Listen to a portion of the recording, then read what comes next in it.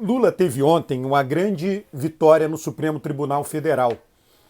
A decisão por 2-1, né, Gilmar Mendes e Lewandowski votaram pela retirada da delação de Palocci e até se pronunciaram, chamaram a atenção que a divulgação de Sérgio Moro daquela delação, do conteúdo, de parte do conteúdo da delação, teve objetivo eleitoral em 2018, né, e Fachin, né, enfim, votou contra o pedido da defesa de Lula.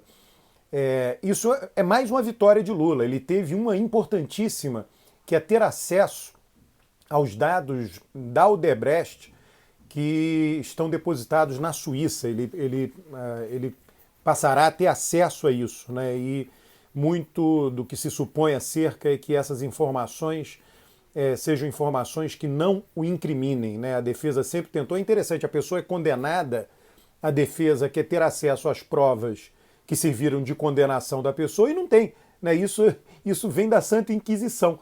Ora, onde é que já se viu? Imagina você sendo julgado, sendo condenado e diz, agora eu quero ver as provas que me condenaram. Eu falei, não pode ver. Como é que pode isso? Veja só, as vitórias de Lula são vitórias contra o sistema jurídico brasileiro, conferidas pelo sistema jurídico brasileiro. Eu já fiz vários vídeos sobre esse tema, eu não sou especialista, já fiz lives aqui com especialistas sobre esse tema, procurem no meu canal, coloquem lá Roberto Cante de Lima, Isabel Nunes, Bárbara Lupetti, né? Eu fiz lives com essas pessoas que estudam a justiça.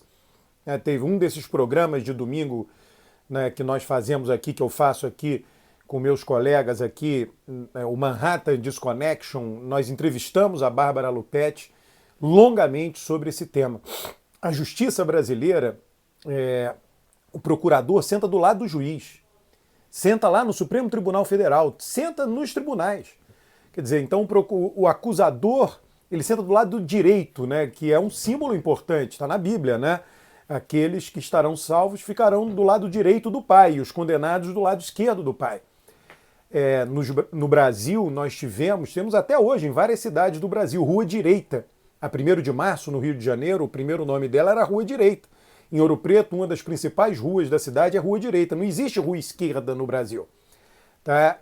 Então, o procurador senta do lado direito do juiz, né, do presidente do Supremo. Né? Existem petições, né, solicitando que isso seja modificado, e não é. Quando a gente vê um filme do Tribunal de Júri dos Estados Unidos, não é assim. Tem a mesma mesa, né, as mesas ficam no mesmo patamar, duas mesas diferentes para acusação e defesa. Todos embaixo do juiz, olhando para o juiz, de frente para o juiz. A simbologia retrata, né, a natureza lá acusatorial e aqui verdadeiramente inquisitorial, apesar de se declarar acusatorial. O que aconteceu no caso de Lula é que o Supremo Tribunal Federal teve lá aquele vazamento de conversas de Lula, quando Lula disse lá atrás que o Supremo estava acovardado. Por quê? Porque o Supremo, Lula sabia disso, político, né, foi presidente por 8 anos, o Supremo, né, quando tem coragem, pode decidir por um lado, e quando não tem coragem, pode decidir por outro. Durante a Lava Jato, o Supremo ficou acovardado efetivamente. O Supremo poderia, por exemplo, ter regulamentado ou ter se pronunciado, isso foi solicitado, depende de pautar, né? O presidente do Supremo tem que pautar e o Supremo tem que decidir as delações premiadas. Uma quantidade imensa de delações foi realizada, no caso, né, lá da Lava Jato em Curitiba, as delações foram feitas com a condição que incriminassem Lula, delações que não tinham prova, então o sujeito só tinha a pena negociada se delatasse alguma coisa que incriminasse Lula, mesmo sem provas. Todo mundo sabe disso, né? E o Supremo ficou quieto, o Supremo não fez nada durante isso.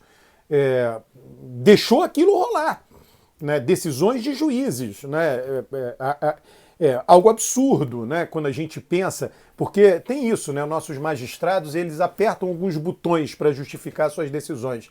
Então tem o botão Estado Democrático de Direito. Então de tempos em tempos eles ficam apertando. Agora essa decisão está baseada no Estado Democrático de Direito, Estado Democrático de Direito. Há outras decisões que estão baseadas em outras coisas. Esse é um botão, digamos assim, mais padronizado que eles utilizam para justificar as suas decisões. E aí cabe muita coisa, evidentemente, nessa ideia, nesse conceito de Estado Democrático de Direito. O que todo mundo considera que cabe nisso um tratamento igual, igualitário. Eu estou aqui, eu já fiz isso em outros vídeos aqui com o livro do princípio do livre convencimento motivado do juiz. Isso aqui é da Regina Lúcia Teixeira Mendes, né? Ela pega depoimentos de juízes. Não tem nada diferente do que nós estamos vendo hoje.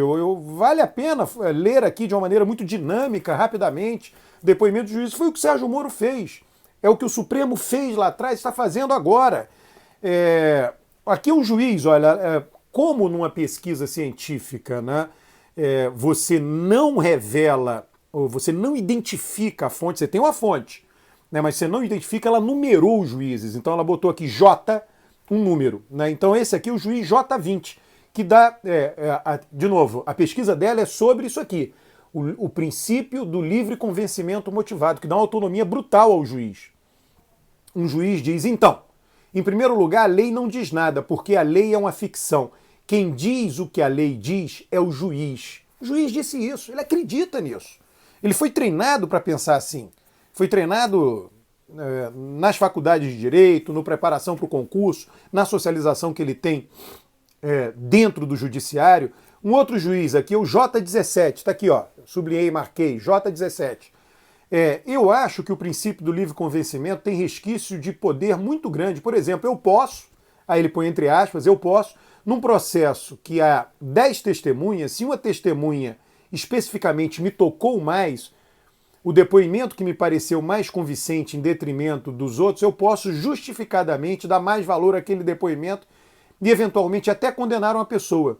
Enfim, a ideia é mais ou menos essa. Então ele diz lá, olha, tem 10 testemunhas, uma eu preferi, um depoimento eu preferi, então eu dou maior peso dele e condeno a pessoa. É o livre convencimento motivado. Quem é que vai falar? Como você controla isso? Não controla. Isso é treinado. Os estudantes de direito são treinados assim.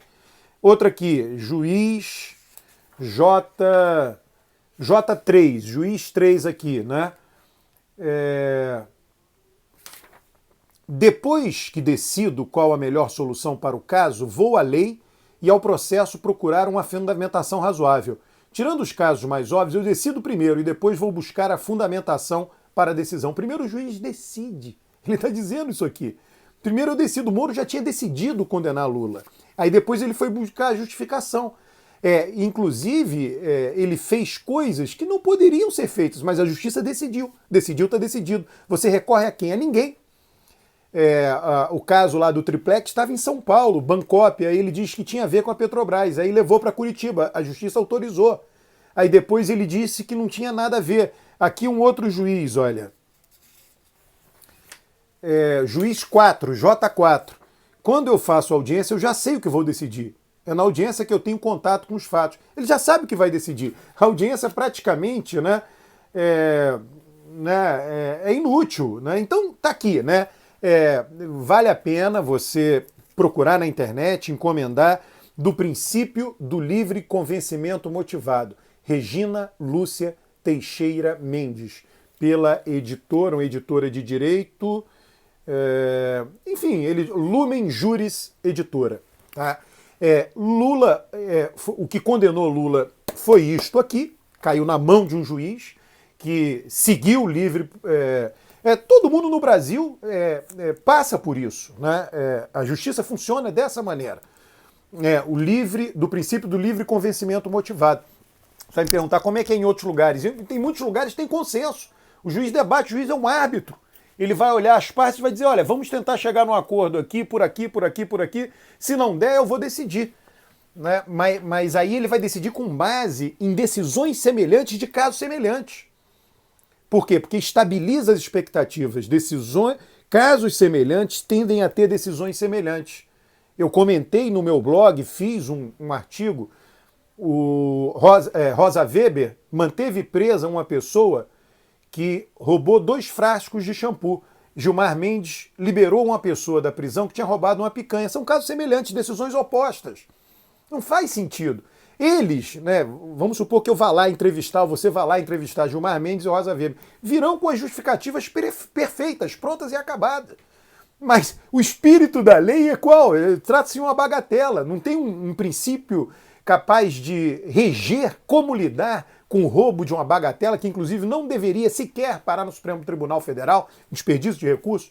Não tem. Eles decidem qualquer coisa. A autonomia do juiz é imensa.